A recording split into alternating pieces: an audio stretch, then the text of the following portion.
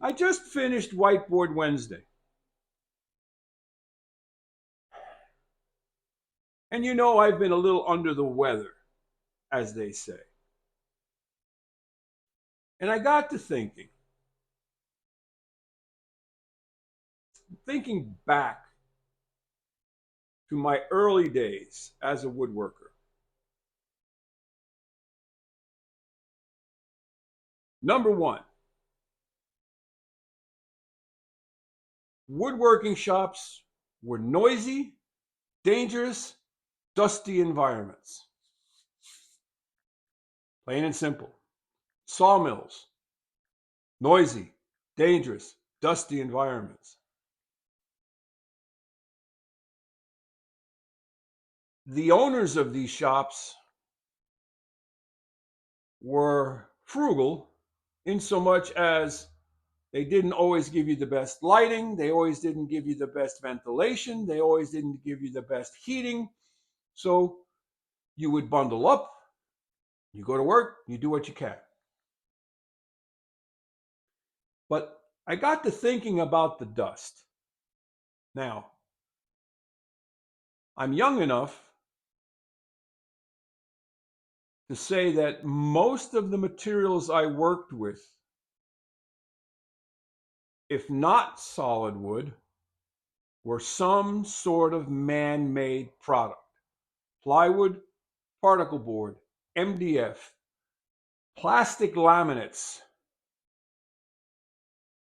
those types of products.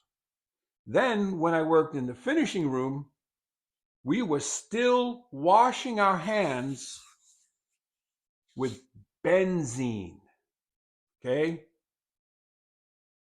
And you could buy benzene at your local hardware store. Why I say it that way, I don't know.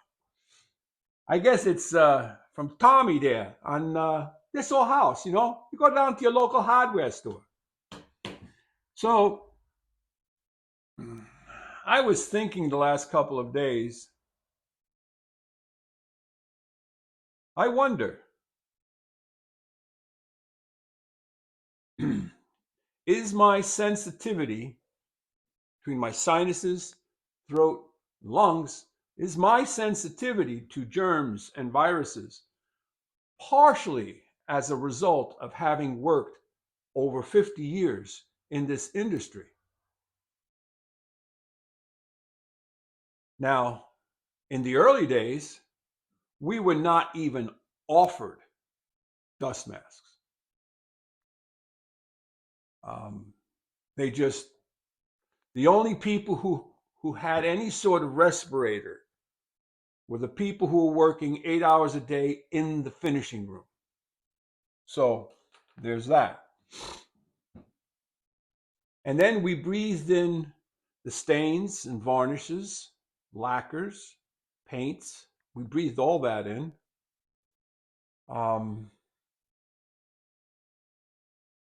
And every once in a while, you were given the chore of going emptying the sawdust silo that was plugged.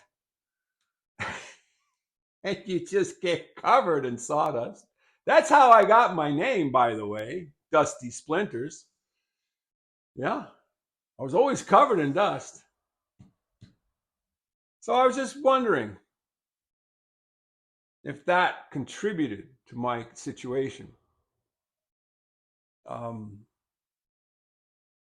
Now, as time moved on, when I worked in my own workshop, the onus was on me to put a dust mask on.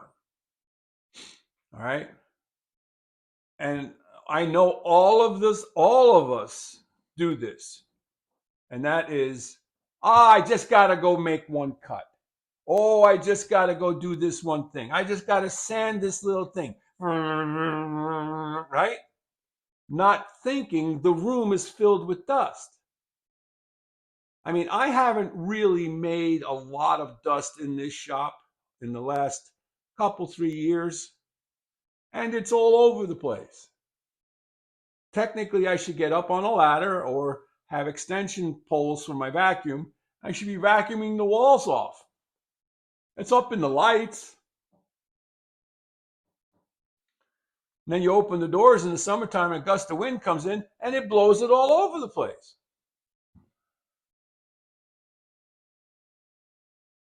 So for all of you who may suffer from some form of respiratory ailment, consider wearing a dust mask when you're doing anything that could potentially put added fine dust in the air. I'm not worried about the shavings, okay? This doesn't bother me, okay? But what bothers me is the fine stuff that comes off the shavings, all right? Or if I'm using a very fine crosscut saw. And that's one of the reasons why I've switched to more natural finishes. The tung oil, the linseed oil, the tried and true, those finishes that don't contain a lot of solvents and things that get in the air and cause additional problems. Oh, that's another thing. Paint strippers. Ha! Yeah. Paint strippers. They went from being flammable, which was lacquer thinners and such, acetone built into the paint stripper. They went from that to being non-flammable, right? How did they do that? Oh, wait a minute. They used 1,1,1-trichloroethane, right? That's one. Oh, they put methylene chloride in it. Oh, that's another one. So you've got lacquer thinner, you've got 1,1,1-trichloroethane, you've got methylene chloride, and guess what they do? They will all eat at your liver. I guess it's over there. Maybe it's over here. I don't know. It's somewhere in here. Same thing with all your spray lubricants. You don't know what's in it. And you spray it and you breathe it. That's why I don't like the sprays so much. I like the dab on stuff. This way it's there where I want it, not up here. Well, that's about all. I just wanted to sort of share, especially for young people. I don't want you to be afraid of sawdust. I don't want you to freak out and become paranoid. However, a simple, cheap paper dust mask or even a hanky will catch the fine stuff that's big enough to get caught by that dust mask. It'll never catch everything. I always knew I was in trouble when I was working walnut.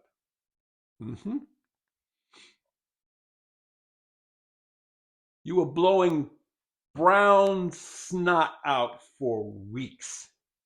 It just, that fine stuff gets up in there and no. So, as Nam would always say, don't forget these. It's the most important safety tool. No. Fresh air, proper ventilation, proper dust control and dust extraction from the point of creation.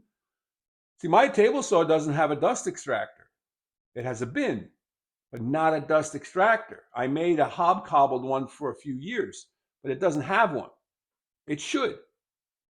If nothing else, a vacuum that turns on the same time the machine turns on with a hose to take at least some of the fines out. I'm not worried about the heavy stuff. Think about it. Think about setting up your shop to be a little cleaner. Because when you get to be my age and you start thinking back, I wonder if I would be healthier if I had taken more precautions and not breathed in all that stuff. Like, subscribe, and share. Head out to your workshop. Don't do anything dusty without dust mask. Walter out.